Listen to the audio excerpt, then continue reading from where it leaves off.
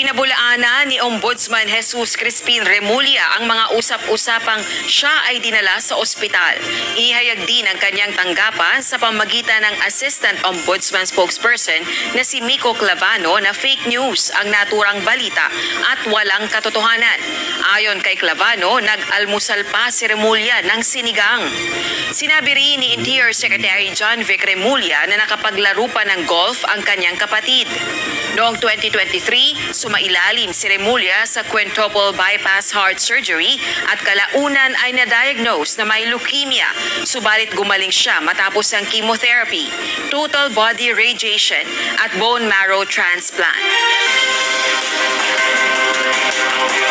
Ayan kayo naman nag-overthink lang yata tayo na dinala sa ospital to ang mamang to si Buying.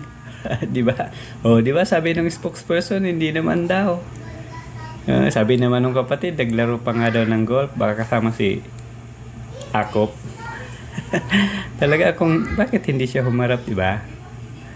Siya sana yung sumagot. Oy, tinatago to mga to. May sikretong malupit to mga to Dati, palaging gusto humarap sa media. Ngayon, baka nagsawa na.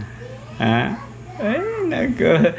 Kamusta kaya yung mamang ito Pero, alam ko, magnet yung camera sa kanya Pag nakakita ng camera, social media man o mainstream media, nandun palagi yan. Pero bakit wala? At yung nagsalita is yung puging kapatid. Ano sa palagay nyo guys? Pa-comment naman. Ako, mukhang magandang balita yan